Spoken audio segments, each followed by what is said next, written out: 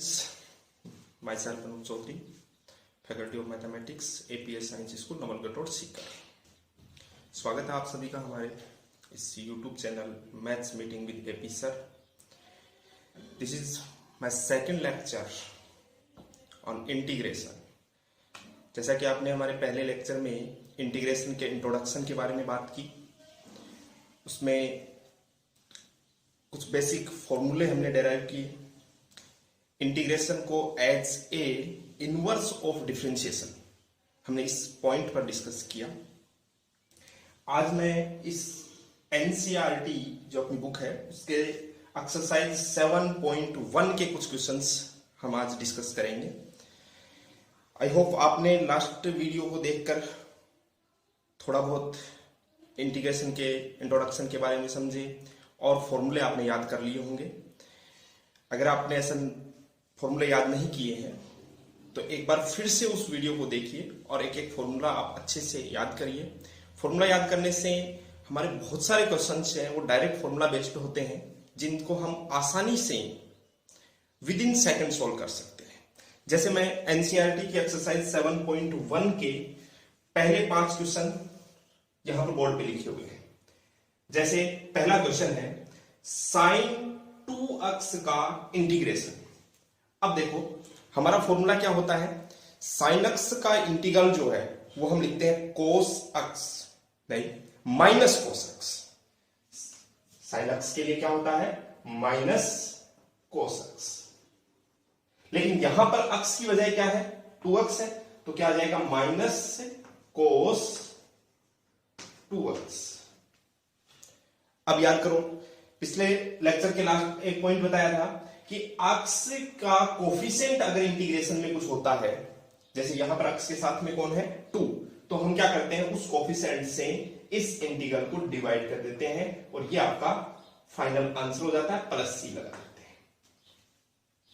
Clear है? अब आगे बढ़ते हैं। ऐसे ही आप डायरेक्ट देखिए कोस का इंटीग्रल होता है साइन x, तो कोस 3x का क्या हो जाएगा साइन 3x। ठीक है, लेकिन x का कोफिशिएंट है यहां पर 3, तो 3 से हम क्या कर देंगे इसको डिवाइड कर देंगे, तो 1/3 sine 3x plus c। Okay, third question है e की पावर 2x। तो e की पावर x का इंटीग्रल क्या होता है e की पावर x, तो e की पावर 2x का क्या हो जाएगा e की पावर 2x। लेकिन x का कोफिशिएंट 2 है तो 2 से डिवाइड कर देंगे, 1/2 लिख सकते हैं या फिर आप यहां से लिख सकते हैं by 2 प्लस c। सेम यहां पर देखिए ax प्लस b का होल स्क्वायर। अब अगर ये सिर्फ x स्क्वायर होता तो हमारा क्या आंसर होता x क्यूब बाई 3। अब यहां पर है ax प्लस b का होल स्क्वायर, तो ये क्या हो जाएगा ax प्लस b का होल क्यूब बाई 3। लेकिन साथ में क्या है यहां पर x का जो कोफिशिएंट है वो क्या है a है, तो a के लिए क्या आ जाएगा ये 1/a से डिवाइड करने का मतलब ये हो जाएगा अपॉन 3a प्लस c। ध्यान रखिए x की जगह पर लीनियर टर्म होती है तब उसके कोफिशिएंट से हम क्या कर देते हैं इंटीग्रल को डिवाइड कर देते हैं।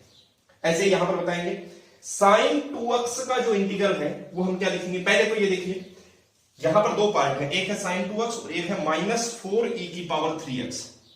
तो इस इंटीग्रेशन को हम दो पार्ट में डिवाइड कर लेते हैं, साइन 2x इंटू dx अलग, -4 जो है वो इंटीग्रल साइन से बाहर आ जाएगा और ये हो जाएगा e की पावर 3x इंटू dx। अब फाइनली इसका आंसर क्या लिख सकते हैं अपन साइन 2x के लिए फिर से जैसे यहां पर अपने लिखा है -1/2 cos 2x -4 e की पावर 3x के लिए e की पावर 3x और 3 कोफिशिएंट में है तो अपॉन 3 प्लस c।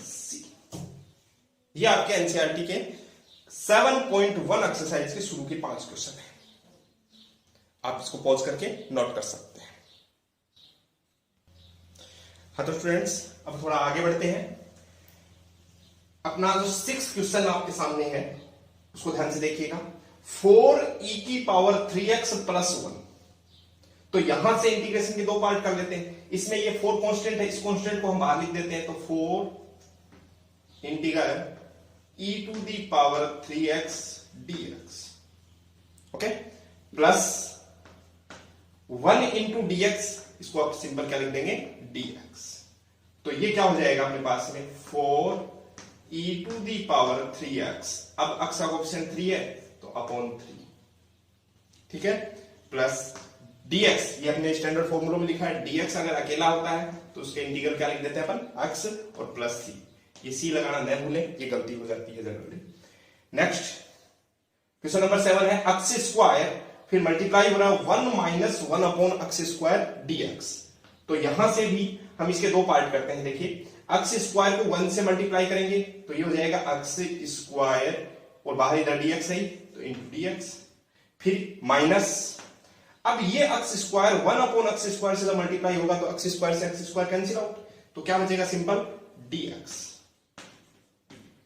अब इसका इंटीग्रल क्या लिख देंगे अपन x स्क्वायर के लिए x cube upon 3 minus dx के लिए x plus c, okay.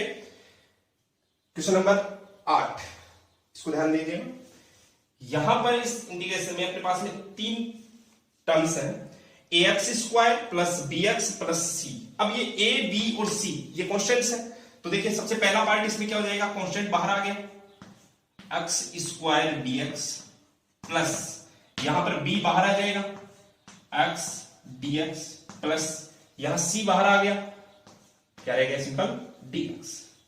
And then अब हमारा आंसर क्या हो जाएगा, a x स्क्वायर के लिए अपन लिख देंगे, एक पावर बढ़ा लेंगे x cube upon 3, okay, plus b, और यहां क्या हो जाएगा x के लिए x square by 2 plus c, और ये सिंपल dx है तो इसके लिए x, और प्लस में यहां पर कैपिटल C लिख दीजिए, अलग लगे, ये स्मॉल c तो क्वेश्चन वाला है, और ये कैपिटल C जो है वो ये अपना आर्बिट्री कांस्टेंट, जिसको कोफिशिएंट कांस्टेंट ऑफ इंटीग्रल या इंटीग्रेशन बोल सकते हैं अपन। नेक्स्ट क्वेश्चन पे ध्यान देंगे, क्वेश्चन नंबर 9, यहां पर क्या हो जाएगा 2x स्क्वायर प्लस e की पावर x, तो ये 2 कांस्टेंट है, इसको हमने बाहर निकाल लिया, क्या रह गया x स्क्वायर dx प्लस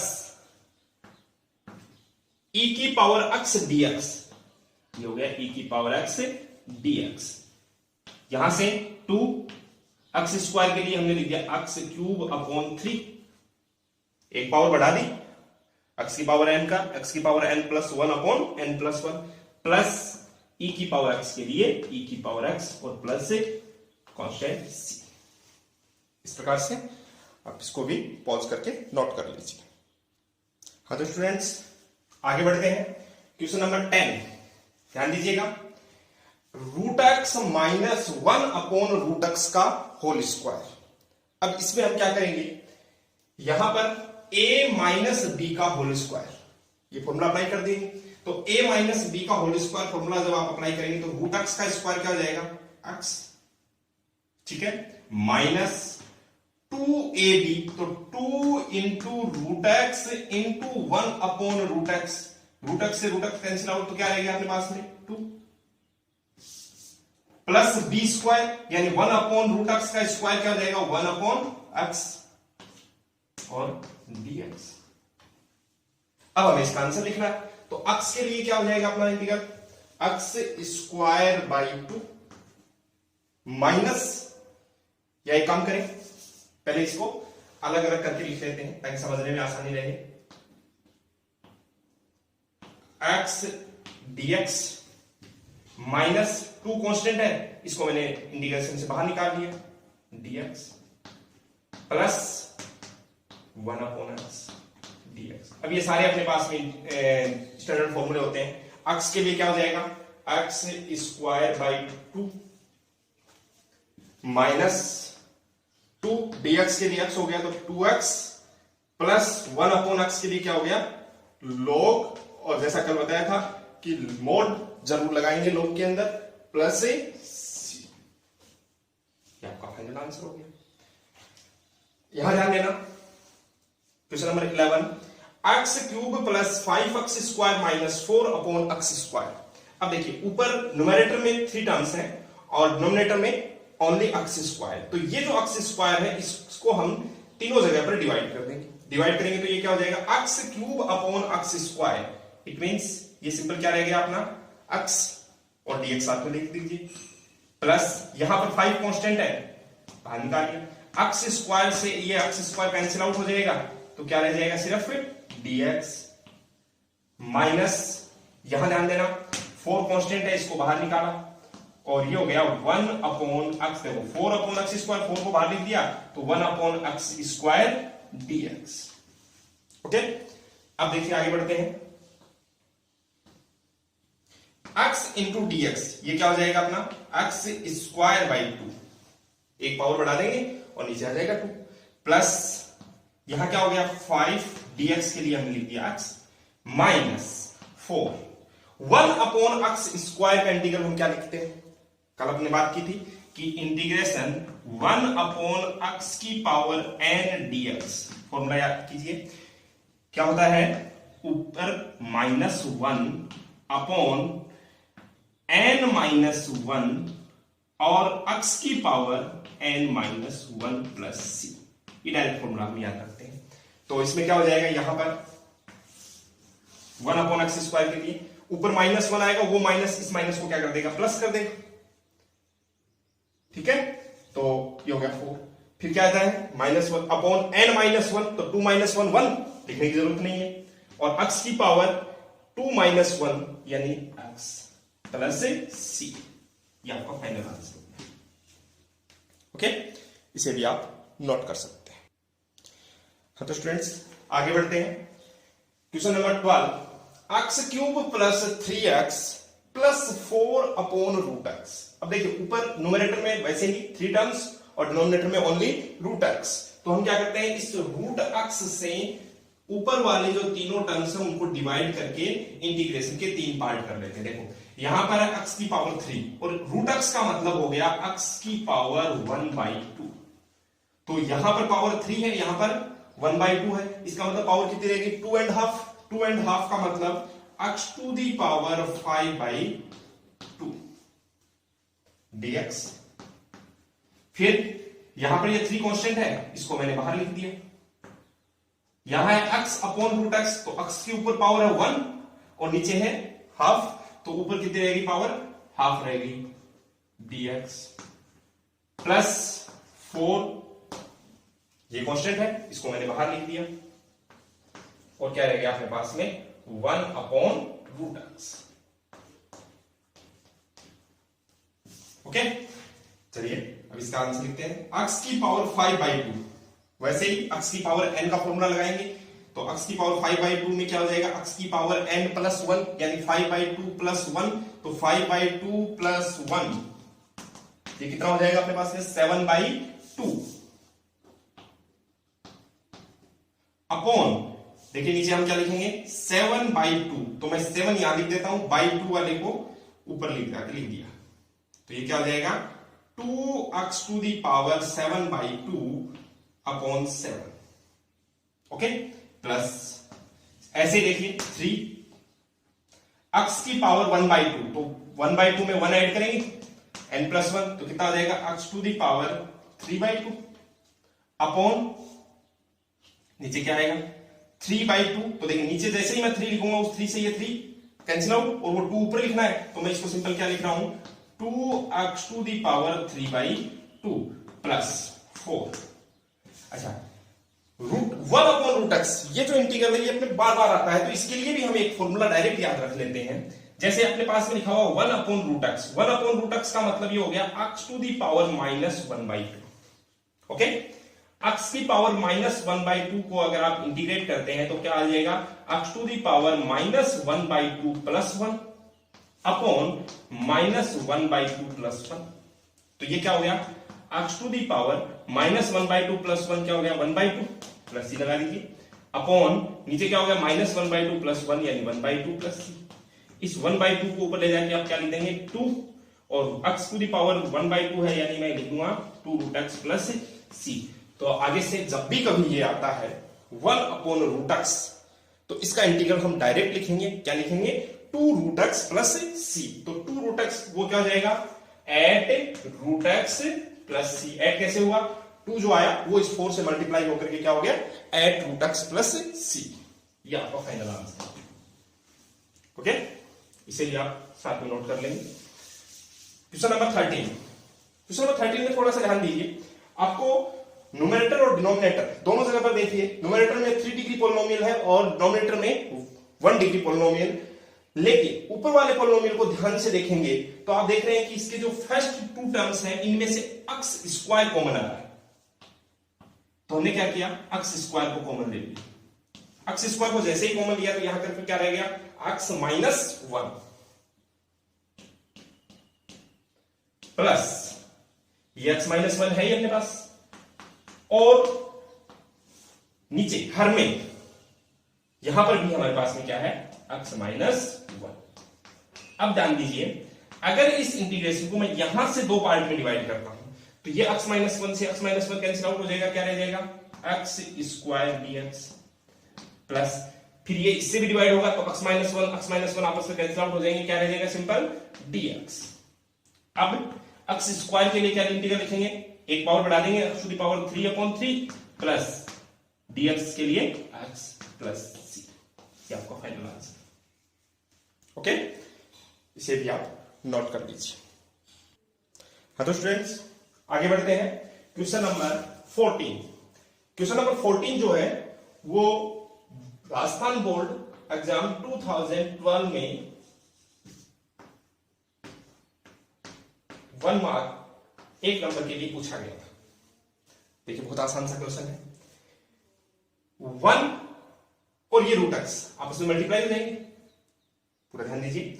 1 और रूट एक्स आपस में मल्टीप्लाई हुए तो हमारे पास में ये बन गया रूट एक्स डीएक्स माइनस, फिर एक्स रूट एक्स मल्टीप्लाई होंगे आपस में तो x to the power 1 and half मतलब X to the power 3/2 dx।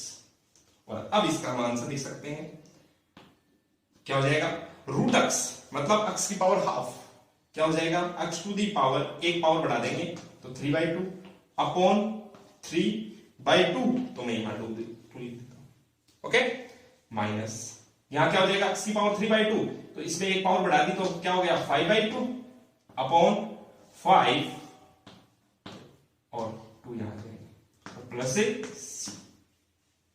Okay, ऐसे ही क्वेश्चन नंबर 15 की बात करेंगे। इसको आप इंडिकेट कर दीजिए कि ये 2012 में 1 नंबर के लिए ये क्वेश्चन पूछा गया था राजस्थान बोर्ड एग्जाम में। ऐसे अब क्वेश्चन नंबर 15, क्वेश्चन नंबर 15 में देखिए बाहर क्या है, रूट एक्स इंटू में 3x square plus 2x plus 3। तो यहां पर इंटीग्रल जो है वो आपका कितने पार्ट्स में डिवाइड हो जाएगा, 3 पार्ट्स में। देखिए सबसे पहले ये 3 जो है वो कांस्टेंट है, इसको मैंने बाहर लिख दिया। फिर एक्स स्क्वायर और रूट एक्स को आपस में मल्टीप्लाई किया तो x to the power 2 and half कितना हो गया, x to the power 5/2 dx plus फिर यहां पर 2 कांस्टेंट है मैंने बाहर निकाल लिया, एक्स की पावर 1 एंड रूट एक्स यानी हाफ। ये रूट एक्स जो है वो तीनों के साथ में मल्टीप्लाई होगा तो ये क्या हो जाएगा, x to the power 3/2 dx। Okay, plus यहां से फिर से 3 कांस्टेंट है बाहर निकाल लिया, ये हो गया रूट एक्स dx। ओके, अब हम इसका आंसर लिखते हैं तो कितना आ जाएगा, 3x की पावर 7/2 अपॉन 7/2 तो बाई 2 ये क्या हो जाएगा, 6 हो जाएगा, नीचे वाला 2 है वो ऊपर चला जाएगा, प्लस 2x की पावर 5/2 क्योंकि 3/2 उसमें एक ऐड हो गया तो 5/2 अपॉन 5 और ये 2 ऊपर चला जाएगा तो 4 प्लस ये आ गया 3x की पावर 3/2 अपॉन 3 और वो 2 ऊपर चला जाएगा तो 2 ऊपर जाके 6 प्लस 6। ओके, नोट कर लीजिए इसको। हाँ तो नेक्स्ट क्वेश्चन पे बढ़ते हैं अपन। 2x question number 16, 2x minus 3 cos x plus e की पावर x dx। अब इसमें हम क्या करेंगे, सबसे पहले इस 2 को कौन जो कांस्टेंट है इसको बाहर निकाल लिया, ये क्या हो गया x dx। Minus 3 cos x dx plus e की पावर x dx 2, यह हो जाएगा x square by 2, x dx क्या हो जाएगा x स्क्वायर बाई 2। अब उस 2 से नीचे वाले 2 से ये 2 कैंसिल आउट, तो क्या हो गया simple x square minus 3 cos x के लिए हो गया sin x plus e to the power x plus c। Okay, तो अब आप ये देख रहे हैं कि जो भी क्वेश्चन हम यहां पर कर रहे हैं, अगर आपने फॉर्मूले याद किए हैं तो सारे के सारे क्वेश्चन डायरेक्ट फॉर्मूला बेस्ड। हर कैटेगरी का क्वेश्चन बोर्ड एग्जाम में पूछा जाता है, 1 नंबर का, 2 नंबर का, 3 नंबर का। अभी जो शुरुआती जो क्वेश्चन चल रहे हैं वो सिर्फ 1 नंबर या फिर कभी कभार 2 नंबर के लिए पूछ लिए जाते हैं। तो इन 1 नंबर और 2 नंबर वाले क्वेश्चन में अगर आपको फॉर्मूले याद हैं तो डेफिनेटली आपका क्वेश्चन सही होना है। ओके, जैसे नेक्स्ट क्वेश्चन पर बढ़ते हैं अपन, क्वेश्चन नंबर 17।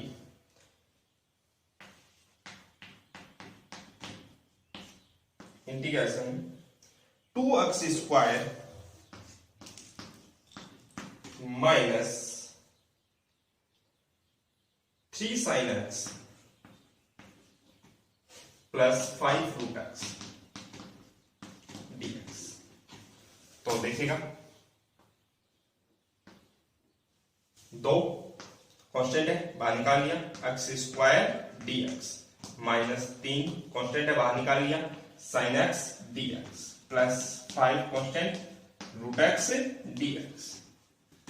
इजीली फॉर्मूले अप्लाई किए जा सकते हैं। 2x स्क्वायर के लिए एक पावर बढ़ा देंगे तो x cube upon 3 minus 3 sin x के लिए क्या होता है माइनस cos x, तो ये प्लस बन जाएगा प्लस cos x प्लस 5 और रूट x के लिए x to the power 3/2 upon 3/2, तो वो जो नीचे बाई 2 आएगा उसको अपन वापस ऊपर ले जाके 5 से मल्टीप्लाई कर देते हैं, तो 10 प्लस c आपका सोचिए।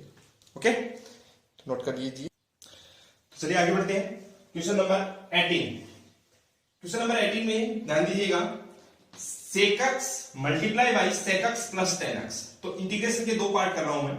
sec x को sec x से मल्टीप्लाई करेंगे, क्या हो जाएगा sec स्क्वायर x dx, देखो sec square x dx plus फिर sec x tan x से मल्टीप्लाई हो जाएगा, तो sec x tan x into dx। अब आंसर बताइए, डायरेक्ट फॉर्मूला होता है sec स्क्वायर x का इंटीग्रल क्या होता है tan x plus sec x tan x का इंटीग्रल क्या होता है sec x। याद कीजिए, sec x का डेरिवेटिव होता है sec x tan x और sec x tan x का इंटीग्रल क्या हो जाएगा sec x plus c।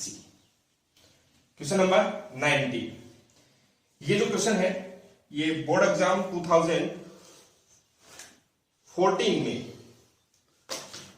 1 number के लिए पूछा गया, राजस्थान बोर्ड एग्जाम 2014। ध्यान दीजिए, sec square x upon cosec square x क्या लिख सकते हैं हम? इस sec स्क्वायर को लिख सकते हैं 1 अपॉन cos स्क्वायर x और cosec स्क्वायर x को 1 अपॉन sin स्क्वायर x। अब ये क्या होगा 1 upon cos square 1 upon sin square, ये नीचे वाला पलट जाएगा तो ये क्या हो जाएगा, ये ऊपर चला जाएगा sin स्क्वायर तो, और cos स्क्वायर नीचे आ जाएगा। अब sin square upon cos square क्या हो जाएगा tan स्क्वायर x dx। अब देखो डिफरेंशिएशन में हमारे पास में फॉर्मूले होते हैं कि स्क्वायर होता है तो पहले स्क्वायर को डिफरेंशिएट करो फिर अंदर जो tan x है उसका करो। इंटीग्रेशन में ऐसा कोई फॉर्मूला नहीं है हमारे पास। tan स्क्वायर x का कोई स्टैंडर्ड फॉर्मूला हमारे पास में नहीं है, लेकिन हम एक ट्रिग्नोमेट्रिक आइडेंटिटी जानते हैं क्लास 10th से। याद कीजिए 1 plus tan square theta is equal to sec square theta. ये एक आइडेंटिटी होती है त्रिकोणमितीय सर्वसम्मी का। यहां से अगर आपको tan स्क्वायर थीटा की वैल्यू कैलकुलेट करनी है तो tan square theta is equal to क्या हो जाएगा सेक स्क्वायर थीटा माइनस 1। तो इसे मैं लिख देता हूं सेक स्क्वायर थीटा या यहां पर है x तो sec square x minus 1 dx। अब बताओ sec स्क्वायर x के लिए हमारे पास ये सीधा फॉर्मूला है कि नहीं है, माइनस 1 इंटू dx, ये हो गया dx।